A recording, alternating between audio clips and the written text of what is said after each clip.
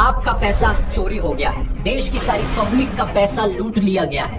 आजाद भारत के इतिहास का ये शायद से सबसे बड़ा स्कैम है। आपको मेरी बात सुनकर शायद लगे कि मैं चीजों को बढ़ा चढ़ा कर कह रहा हूँ या एग्जैजरेट कर रहा हूँ, लेकिन ऐसा बिल्कुल भी नहीं है। बात यह है कि ये इलेक्टोरल बॉन्ड स्कैम कोई एक घोटाला नहीं है, बल्कि एक घोटालों का भंडार है। स्कैमों की एक इतनी लंबी लिस्ट है कि आप गिनते गिनते थक जाएंगे। और इतना ही नहीं, इसके साथ साथ ये देश का सबसे बड़ा एक्सटॉर्शन रैकेट भी है इसमें। आइए समझते हैं आज के इस वीडियो में एग्जैक्टली क्या हुआ है। अगर इस पूरे घोटाले के भंडार को एक लाइन में समराइज करना हुआ दोस्तों, तो इसे कुछ इस तरीके से किया जा सकता है। तुम मुझे चंदा दो, मैं तुम्हें धंधा दूंगा, और चंदा नहीं दिया तो ईडी का फंदा दूंगा। इस चंदा धंधा मॉडल की बात मैंने अपने पहले भी कई वीडियोस में करी है, लेकिन अब हमारे पास इसका सीधे तौर पर सबूत मौजूद है।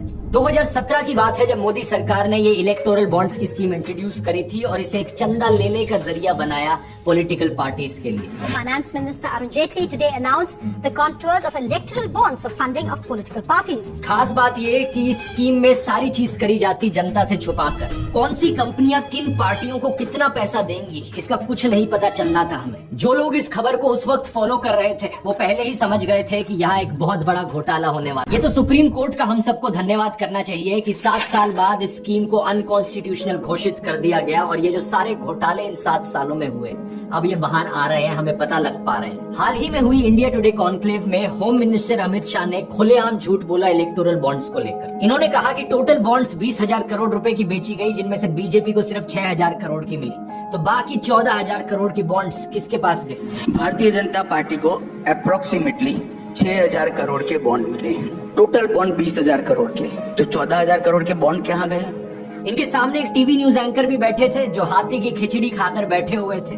या तो ये भूल गए या फिर हिम्मत नहीं हुई इनकी अमित शाह को फैक्ट चेक करने की, क्योंकि as per ECI data total bonds 20,000 crore की नहीं बल्कि 12,700 करोड़ की थी।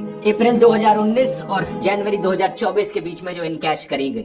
इस 12,000 करोड़ में से बीजेपी के पास 6,000 करोड़ की बॉन्ड्स गई थी, जो कि 47.5% होता है। इसी समय के बीच जो दूसरे नंबर पर पार्टी थी, वो थी तृणमूल कांग्रेस, जिन्हें 1,600 करोड़ की बॉन्ड्स मिली, यानी 12.6%। थर्ड नंबर पर कांग्रेस 1,400 करोड़ के साथ, जो कि 11.1% होता है, लेकिन आगे की लिस्ट भी मैं आपको गिना देता हूँ। चौथे नंबर पर BRS थी 1,200 करोड़ के साथ, पांचवे पर BJD 700 करोड़ के साथ, छठे पर DMK 600 करोड़, उसके बाद YSR 300 करोड़, TDP 200 करोड़, शिवसेना 150 करोड़, और बाकी जो पार्टीज थी RJD, AAP, JDS, SKM, NCP, इन सबको 30 से लेकर 70 करोड़ के बीच में चंदा मिला। इस लिस्ट को देखने के बाद कई बीजेपी पॉलिटिशियंस और गोदी इन्फ्लुएंसर्स बहाना मारते हैं कि बीजेपी तो बहुत बड़ी पार्टी है, 300 से ज्यादा MPs हैं, इतने सारे MLAs हैं, हजारों पार्टी वर्कर्स हैं, तो उन्हें ज्यादा चंदा मिल रहा है तो जस्टिफाइड है ना।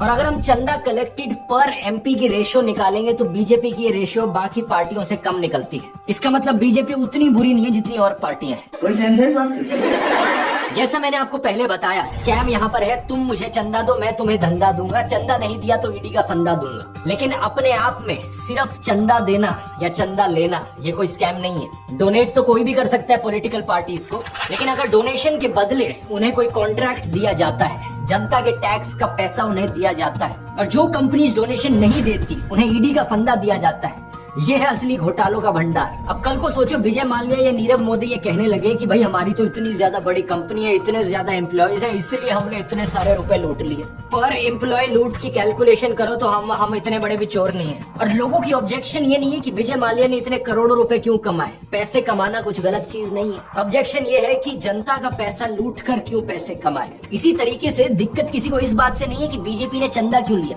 दिक्कत इस बात से है कि चंदा लेने के लिए यहाँ एक बड़ा एक्सटॉर्शन रैकेट चलाया, डेमोक्रेसी की धज्जियां उड़ाई और जनता का पैसा लूटा। अमित शाह ने जो खुलेआम झूठ बोला था, वही झूठ बीजेपी पॉलिटिशियन RP सिंह ने भी दोहराया था। कुल मिलाकर 20,000 करोड़ रुपए की चुनावी बॉन्ड है, इसमें से 6,000 करोड़ भाजपा के पास है, 14,000 करोड़ रुपए विपक्ष के पास है। घोटालों की डिटेल्स में जाने से पहले आइए समझते हैं कि ये इलेक्टोरल बॉन्ड्स काम कैसे करती थी।